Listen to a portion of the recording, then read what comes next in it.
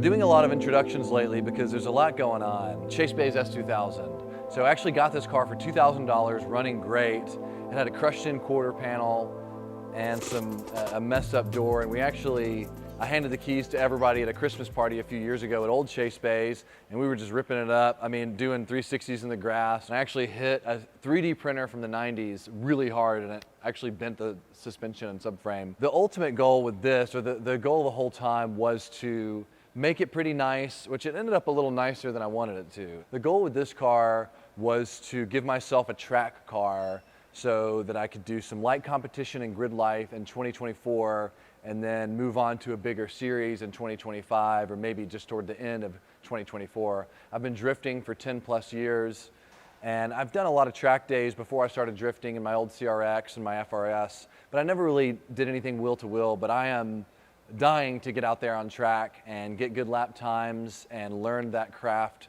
much better. So this was my answer to that. The original intake from my K-Series CRX in 2007, I just threw that on. Somebody brought it back to me at an event, and I don't know how they got it, but that's the original intake, so threw it on there. It's kind of funny how small the HKS filter looks, because we're used to our 3.5 or 4-inch ones on our turbo cars, but that's the proper size one. It just looks so small, so maybe we'll step it up or something.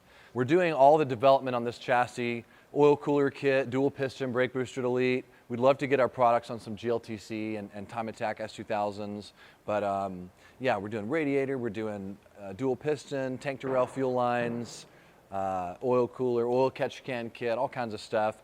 This is a very popular chassis in the track world, and I've never had a chance to dig into it, but now's our chance. Like I said before, the subframe, we think it was a little tweaked, but we couldn't really figure it out. So we bought a new subframe. I'm pretty excited about some of the parts that we got. I got IKEA Formula upper A-arms, front and rear, toe adjusters, stock.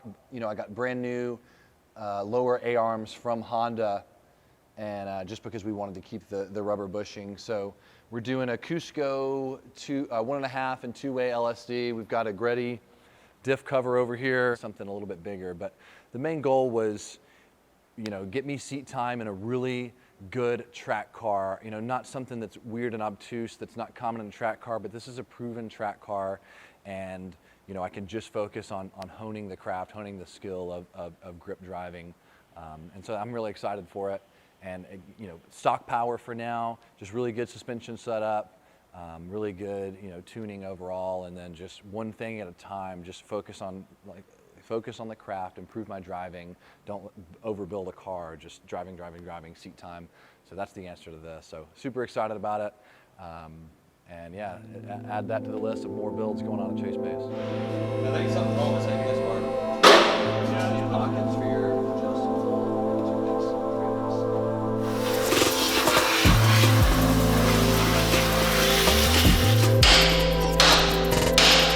We got our beautiful subframe out. Follow me, guys.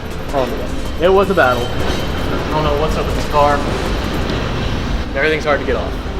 So fast forwarding, we're taking off this ugly cover, because we always have to run the Greddy cover.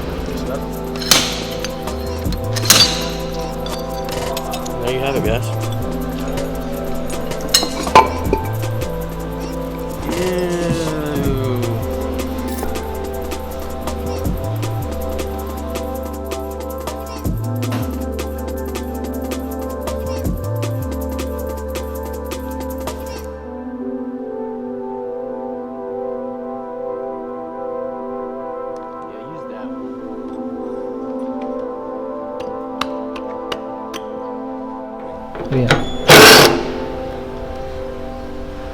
So this is the S2000 fuel tank.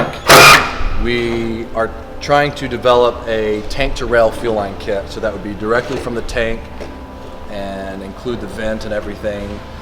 This is mostly for race cars or pseudo race cars. So we're eliminating the charcoal canister. So we're just trying to, it's kind of discovery, figuring out what the fuel tank vent is, because it used to just be one, on old cars, it used to be one hose going from the tank to a charcoal canister. Newer cars, I say newer, this is like a 25-year-old car. OBD2 cars have several more intricate charcoal canister systems. So we're just kind of figuring it out. Every manufacturer did something differently, so we're just trying to figure out the simplest path. Make sure everything's ethanol friendly, since we run ethanol in so many cars. So just doing some build discovery and R&D discovery on the tank to rail fueling kit. Just here to observe. Oh, looks good in there.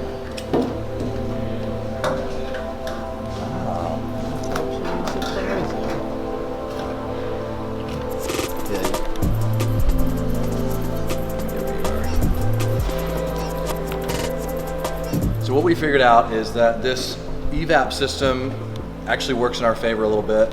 This is a rollover valve that if the car flipped upside down, it would actually block any fuel from coming out of the fuel tank vent, which is very important. This is kind of an overflow for when you're filling up the tank. If it starts to fill up, it'll use this one to take any excess back, and then it's got a check valve right there, so it can't come back this way. So this doesn't operate as a vent. This is kind of the rollover valve I mentioned, and it also connects to the filler neck. And then this system, this is what the factory service manual calls fresh air in. So it brought air in from the charcoal canister, but what we're gonna do, we just extended it out and we're gonna put a breather filter on it. And once we put this back in, we're gonna see if there's enough clearance to put a small filter directly on it, because it does need that intake to make this system work properly. We thought about plugging it initially, but that would kind of just halt the whole thing. And this is just your simple fuel tank vent that's, a small 1/4-inch hose. And we're gonna route this down, back, really high up in the bumper, kind of in the tail light area, and then we'll circle it like this. We'll spiral it, and then zip tie it in place, and then make this face upwards, and that'll get rid of the fumes, any G-force that sloshes it, or any pressure. It'll be really difficult for it to go up there, but it still acts as a pressure vent. So that's what we're going to do for our tank to rail system. This is always just a challenge on every car, because if you do it wrong, it'll build pressure in this and can blow through and cause forest fires, as they call them. And then this is simple. This is just feed and return. And that's easy. We're just about to put the tank back in and get lengths.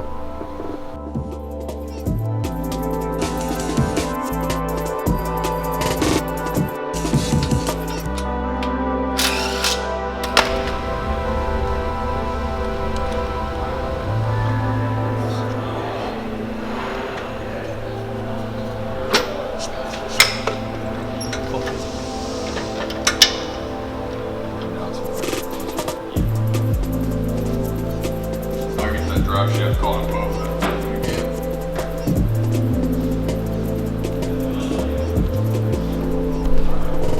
Great work, everybody.